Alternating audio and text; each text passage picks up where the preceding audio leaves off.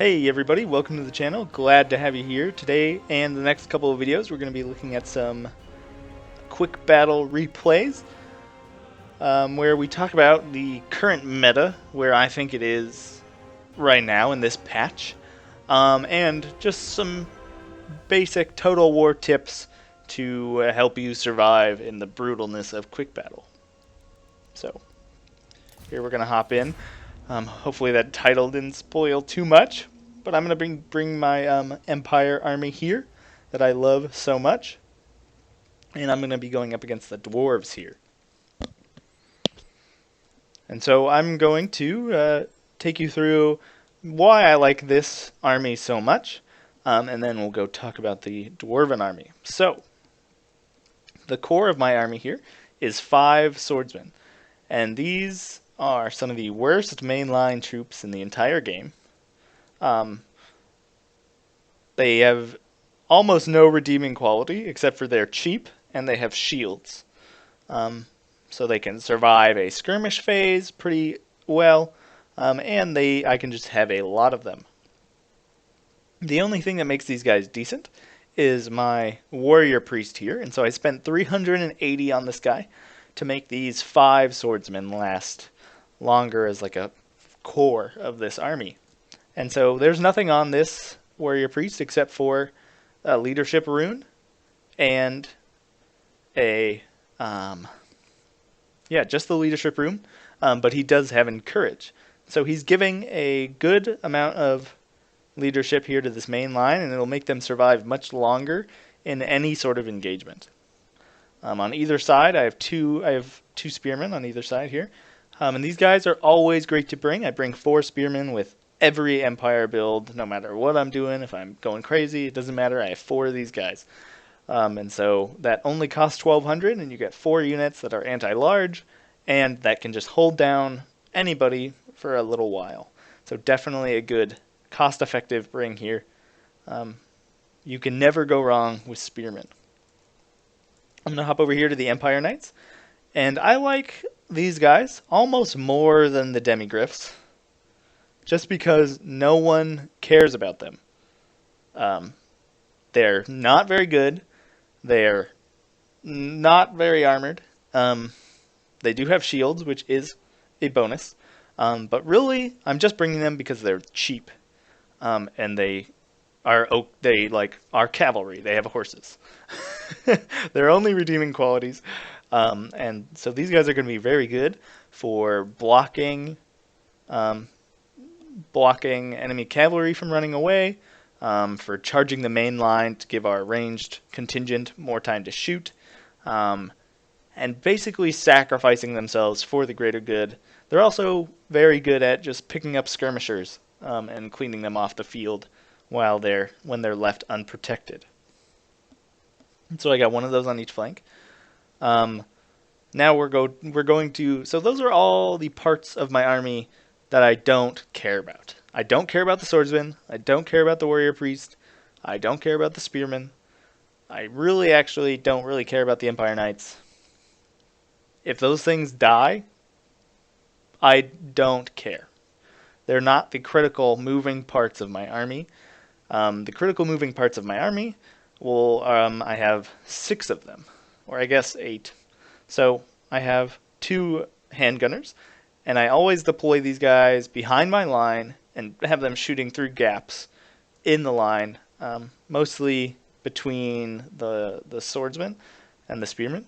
I usually have this gap much smaller, but since it's the dwarves, I'm not really worried about them sneaking through anywhere, so they're perfectly fine the way they are, and they're going to be protected from artillery when they're spread out in a huge line like this.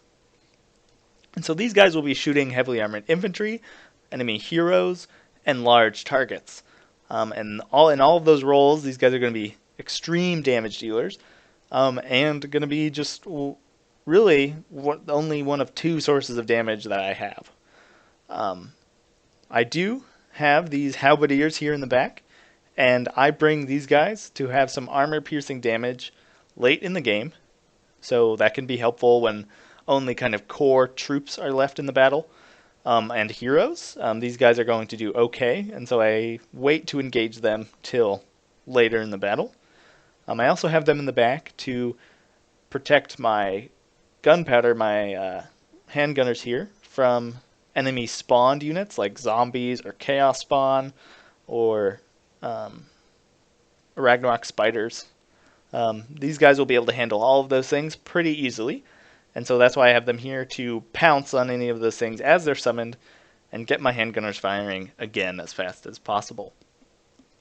I also have these mortars here, and I love the mortar. Definitely a key bring here for this army. A lot of people don't like them. They have short range. They're not armor piercing. They're not anti-large. The only really thing they have going for them is their arc of fire. And so when I have a mainline engagement here, they can still fire and they're still useful late in the game. And while they're shooting at potentially more expensive units that the other empires bring, if I miss and hit my own troops, it's hitting my swordsmen. And I don't really care about them in the first place. So to me, it's a good trade. Any damage I can get out of this mortar and any micromanagement this mortar saves me by drawing them in, I'm good. I'm all for that. So I said I have two really killing powers here in this army. I have the handgunners and my flying goon squad. And I have the general of the empire here on his griffin. He has a healing potion, the armor piercing buff, and stand your ground. He also has the charge resistance ability, which gives 100% charge resistance to this entire flying goon squad, and it can protect them when fighting other flyers especially. So that's all he has. He's made as cheap as possible. To his right, I have the Amber Wizard on his Jade Griffin, and that gives him a lot of armor-piercing damage in the form of the Griffin. And all he has is the Amber Spear, which increases your power reserves, and Flock of Doom.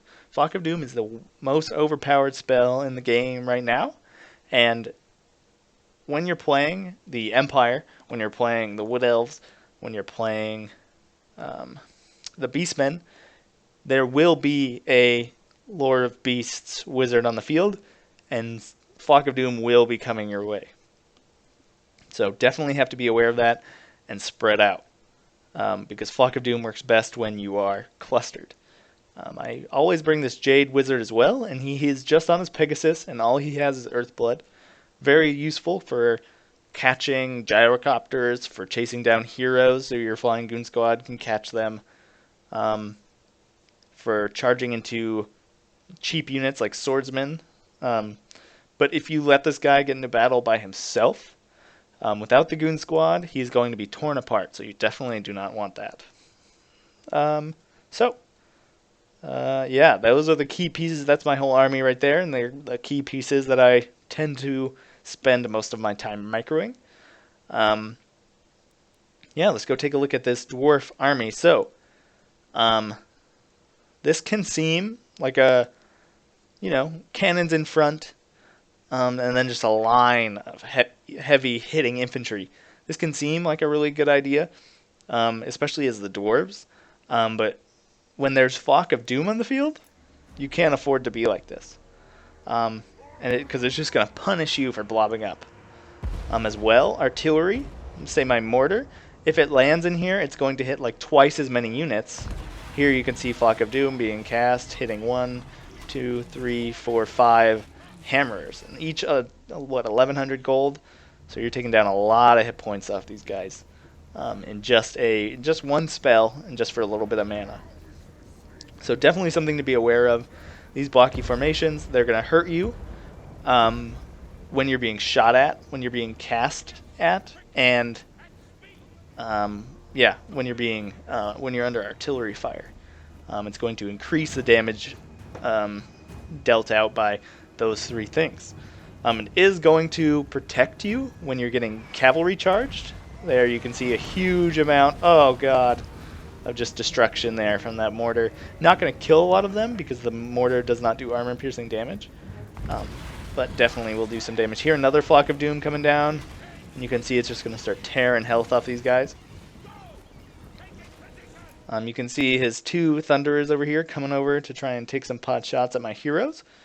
And you can already see I'm bringing my Empire Knights around, and I'm bringing this guy around to start threatening them, because I can do this because I have the ranged advantage, almost entirely because of Flock of Doom. Just such a powerful spell. Definitely have to watch out for it. And if you have your line properly spread out, it can only hit one or two. Oh god, did you see that? Oh boy, yeah. So if your line is properly spread out, Flock of Doom can only hit one or two of your guys. So when those are on the field, definitely don't block up like this. But like I said, this position will help you against cavalry charges, and just charges in general. It'll limit how much damage a charged unit can give you on the charge. So there definitely are uses for this guy, for this kind of formation, but not in this particular circumstance. So I'm going to start opening fire with my handgunners on the critical units that I want off the field. And when there's only 2 units, even I can micro that. And so I'm going to be doing just fine here, shooting into these hammers.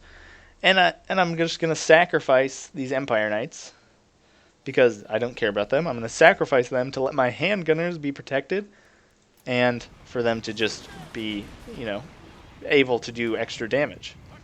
And so definitely use your Empire Knights for this when you're using this army.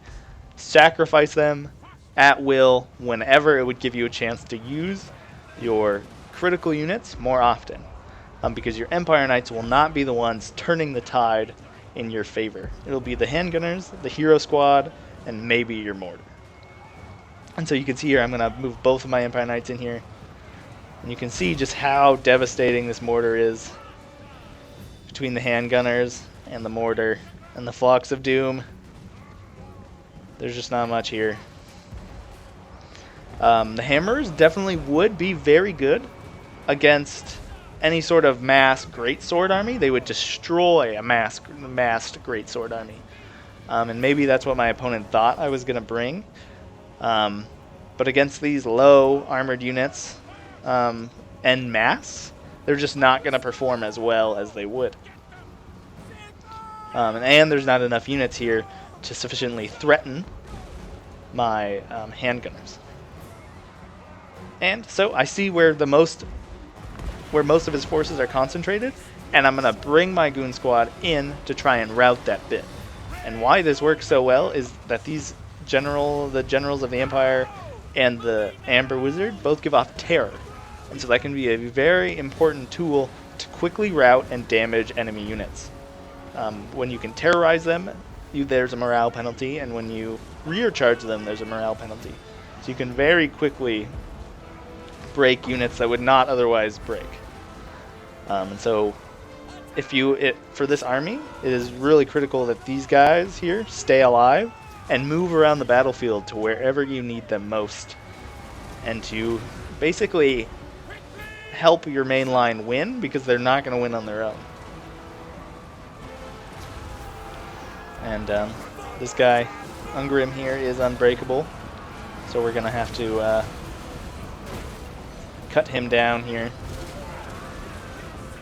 We'll get rid of the HUD. And just when there's so many heroes like this, you can basically stun lock some of these heroes sometimes, and that can make it very hard for them to fight back, and helps preserve your goon squad's health. And so yeah, you can see there a couple of errors. Definitely a new player, I think. That's why you're in quick battle, to learn, and I hope you keep coming back. This is kind of a brutal army to get on your first time. No one likes being Flocked of Doomed. It is not enjoyable. My dwarf army did not enjoy it. If you look at one of my recent uploads, the Beastmen player that I fight uses Flock of Doom to its utmost and is very, very good at it. And so if you want to see a way to beat my dwarf army, hop back into one of those old videos. But we're going to continue. Here we're going to hop into the next one. Let's see. Yeah. So this one here, I'm going to be bringing this Empire army in every single one of these videos, taking on 3 different races with the same build here. that's what I like to go for. Try and find a build that works everywhere. Because I'm trying to get my rating up, so I want to find a kind of foolproof method here. And so here you can see slight difference in my setup. The gap here is shorter, but other than that, same setup. Empire Knights on the side, Halberdiers supporting my handgunners, and my Flying Goon Squad. We'll go take a look at this guy's army. He has a main line of Chosen with great weapons here. Very powerful unit. Will annihilate great swords in an instant. Thank God I don't have any great swords. Behind them, he has 3 aspiring champions. Great unit. And behind that, he has 2 reserves of Chaos Marauders with some chevrons. He has the great Lord of Change, the Everwatcher, Sartorial. This is if you're new to Chaos and you want to play him, definitely bring this guy. He's really powerful, he's hard to hit, and he has a huge missile resistance, so he's not going to die quickly to ranged fire. On either side, they have this Dragon Ogre Shaggoth, and these guys are very, very powerful. They're like a hero unit, essentially, but they're just like, I guess they're like a giant, and they have anti-large, so they're great at taking out Demigryph Knights, or my heroes, or basically anything that's larger than a horse. So we're gonna watch here, and of course I'm gonna be able to just sit back and react here with my few key units because of my skirmishing advantage given to me by Flock of Doom and my mortar. And definitely never shoot at anything with the mortar except for infantry. It's gonna do nothing against these guys here. It's not really gonna do anything against Chosen either. So not the best pick here, I guess, for the mortar, but it's nice just to be able to be reactive. Okay, so one thing I'm going to do here, if you take a look at my new position here, I'm going to have my Halberdiers. So I have my main line that they'll have to break through, and then I have a second line of Halberdiers, and behind that I have my handgunners. Because I see their large targets, I know I'm not going to need line of sight anymore, so I don't need these gaps anymore to shoot at these guys, because they're going to be bigger than my own men, so I can shoot over them and into these large targets. And see here, it's just like the Goblin Big Bosses. This huge hero blob here is too spread out, too far away from from its own line, and so they're going to be easily going to be able to get picked off here and charged into by this squad. And you can just see how much damage they do. And you can see just how easily these heroes rip through the main line to get at your stuff, and that's why you definitely need a second line if you want to protect your key units here, which are the 2 handgunners.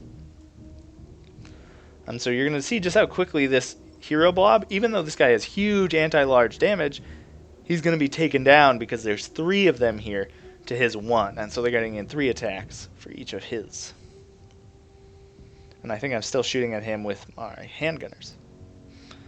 And so yeah, if you look at my composition here, I have 5 mainline infantry, I have 4 spears, so I have 9 infantry, and I have 2 Halberdiers. I have 11 infantry protecting 3 critical range units. And so bringing more range units than that is typically impossible because you just can't protect it.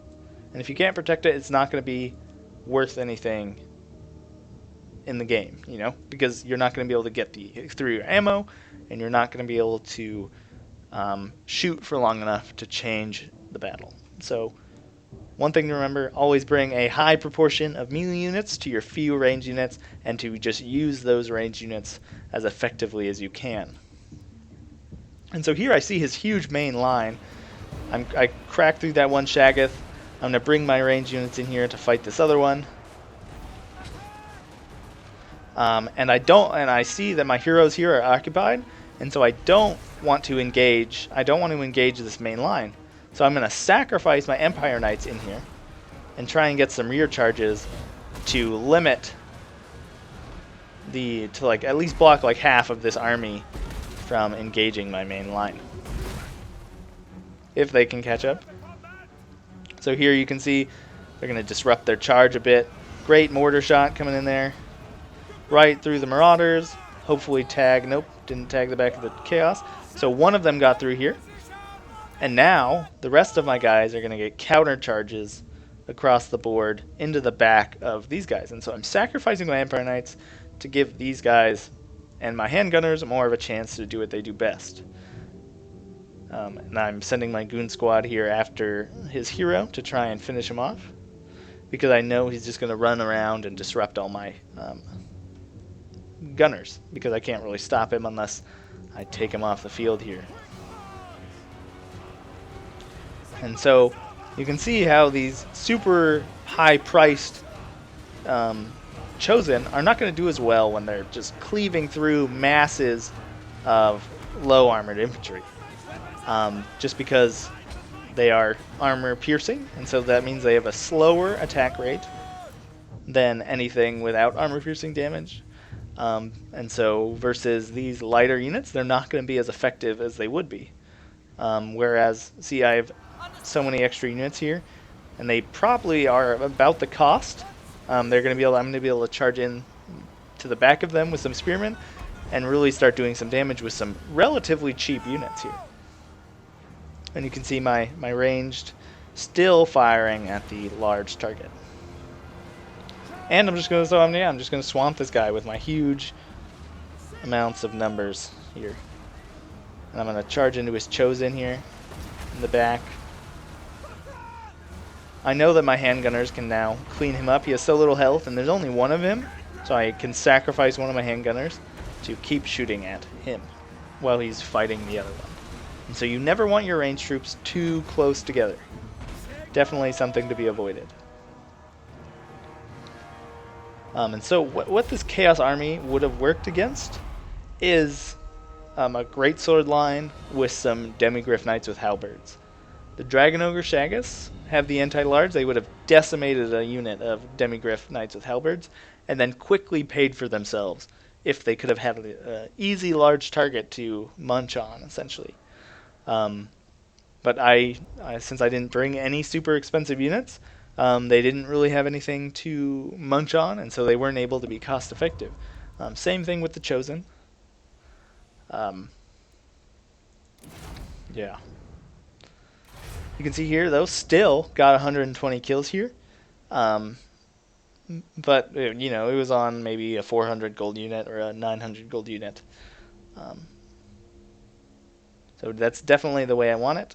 Shut them down and don't give them the fight they want, which is against heroes or heavily armored units like greatswords. Yeah, and so here we'll hop into the last one. And this is against the Greenskins here. So again, my same Empire Army. Very easy to use. Not too much micro to worry about. If you let your main line get charged and you don't countercharge, that's fine. You still have the ability to win the battle regardless.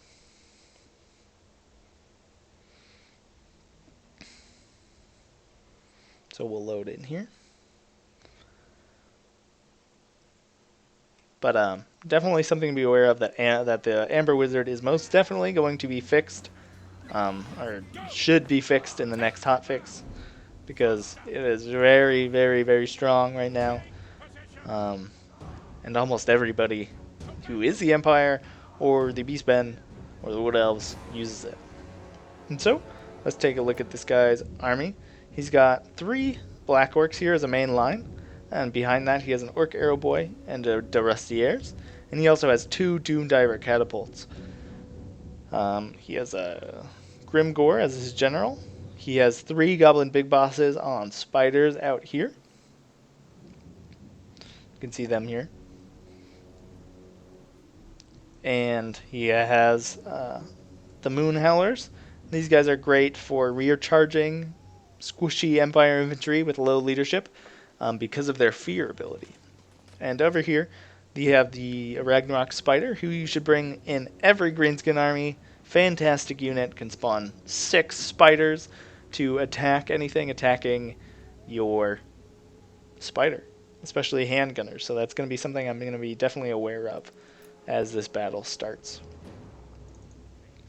And so leaving these guys out here, I think, just like the Shaggas, you never want to leave these guys out where they aren't protected. that having these guys out here alone is a great way to bait enemy flyers to the ground. But then you would have to have a hidden, maybe Orc Boar Boy Biggin over here to come out here and ambush them for landing. But these small Goblin Big Bosses aren't going to be able to protect themselves from this vastly more expensive blob here. Oh, you missed the Flock of Doom, but you can see just how if he had put his arrow line a bit farther back, it would have limited where my Flock of Doom hit to just 2 individuals rather than 3. And so just by spreading out just a little bit, you can definitely protect yourself from Flock of Doom a little bit more than you otherwise would. And so you see how, like, I'm only going to take an engagement near my line where I have auxiliary units around to support. I have spearmen coming out, I have my Empire Knights. I'm ready to take this fight regardless of what comes out of this Greenskin army. And you can see just how powerful this Terror is. He's just going to rout off the field from Terror. And that's going to make him very easy to hit. These two are going to get away. And you can see doing some decent damage with those Doom Divers, but definitely not doing a whole Goblin Big Boss worth. So he is doing a good job here of moving up his guys. But you can still see I'm still doing damage to 3 whole units here. So you definitely want to spread out a little bit more. And, something to realize is that these heavily armored units move slower than the more lightly armored units of these Rustiers. So if you just do a move order, your guys, your Goblin Arrow Boys or whatever, are going to be moving through your own troops. And in that moment, you become very susceptible to any sort of missile or artillery damage or Flock of Doom. And so that's definitely something to be aware of. Troop movement speed, especially I always forget to switch my cavalry to walk when I'm just moving up my whole army. And so that can be a very bad thing when, like, your general on his boar runs out in front of the rest of your army and then becomes vulnerable. So you definitely don't want that. But you can see here already doing good damage here to this Orc Arrow Boy. Got this Black Orc halfway down. And I haven't even started firing my artillery yet, so just shows how powerful Flock of Doom is. Oh, something else to be aware of. I fell for it right here. A lot of factions have these guys that with stock, and so you never want to move your flyers close to the enemy's main line without, like, being clicked on them and being ready to run them away when you eventually unveil a Silver Bullets for the Empire, or the Rusty Airs for the Night Goblins, or like a Way Stalker for the Wood Elves. So definitely be something aware of. Always beware of stocked units, and be ready for ranged units to pop out anywhere you send your valuable units.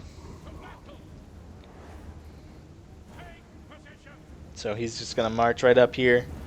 Definitely a good move, seeing that I have the range advantage here because of Flock of Doom. I definitely see this blob here and want to get rid of him. My mortar's going to open fire. Let's see what kind of shot I get. See, I feel like they're pretty accurate. Just sending Black Orc. Almost all of them are getting up. But just doing some HP damage is good. It doesn't do much armor piercing damage. So here he's going to run after my Empire Knights. That's not really... I'm so close in support of my troops. This fight isn't going to go exactly the way he wants it to. Empire Knights are just heavily... They're not heavily armored, but they are armored. And so these Goblin Big Bosses are going to have a hard time chewing through them at all. They're definitely something to use when you are around another unit. So say you're in a unit of Orc Boy Biggins or whatever, their poison attacks will help slow the enemy and let them stay on the ground where you can kill them. Or say they're in a unit of Biggins and they can do the same thing. So here, turning his side here to my handgunners, blobbing up here. And you can see my Empire Knights, I don't care about them. They're going to come in here and target a threatening unit to my flyers. And if they die and all they do is take out the Rusty Airs, they've paid for themselves. They've taken off a key unit for the other side. Here, he's going to be spawning spiders into my handgunners. Definitely a good move, but I'm prepared for it. I have my halberdiers ready to hop in here and try and start taking them down. I got my other ones over here just fine too. And I'm going to be just blobbing in as much infantry in here as possible to give my handgunners some time to fire. And you can see here, these black orcs have turned into a blob, ready for Flock of Dooming. So you definitely don't want to do that. Flock of Doom is going to go off. My mortars are going to be shooting in. My heroes are going to be coming down on this spider. I feel like it's the biggest threat here. You can see my halberdiers coming in to squash the spiders.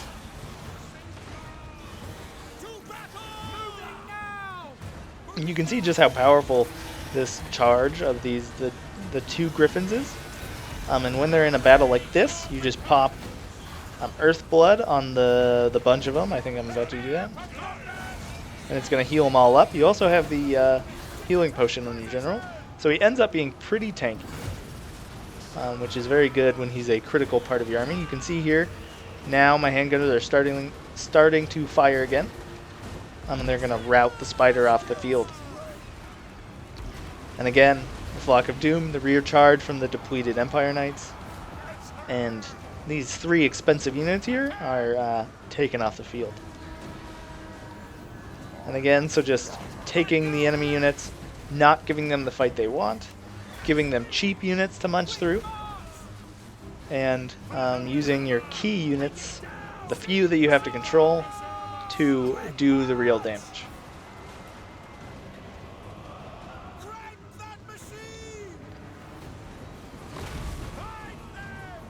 And so what I really like to do with the greenskins is not bring these savage orcs, these black orcs, but bring savage orcs instead. So don't bring the black orcs, bring the savage orcs. You can expect a lot of cheap infantry from the Empire, and so these savage orcs are going to chew through these swordsmen with taking very little damage.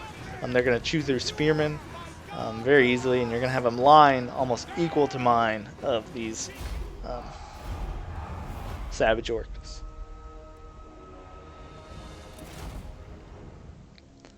So anyways, good game to all three of my opponents that I played today in quick battle. And I hope you guys maybe try and take this army for a spin. Try out the Flying Goon Squad and the handgunners. And see how it does. And I'd love to hear back, see how it goes with you guys. Or you can send in a replay or something if you want. It's just newport5886@gmail.com. Yeah, and anyways, good game to my opponents. I hope they keep on playing quick battle. And yeah, that's that.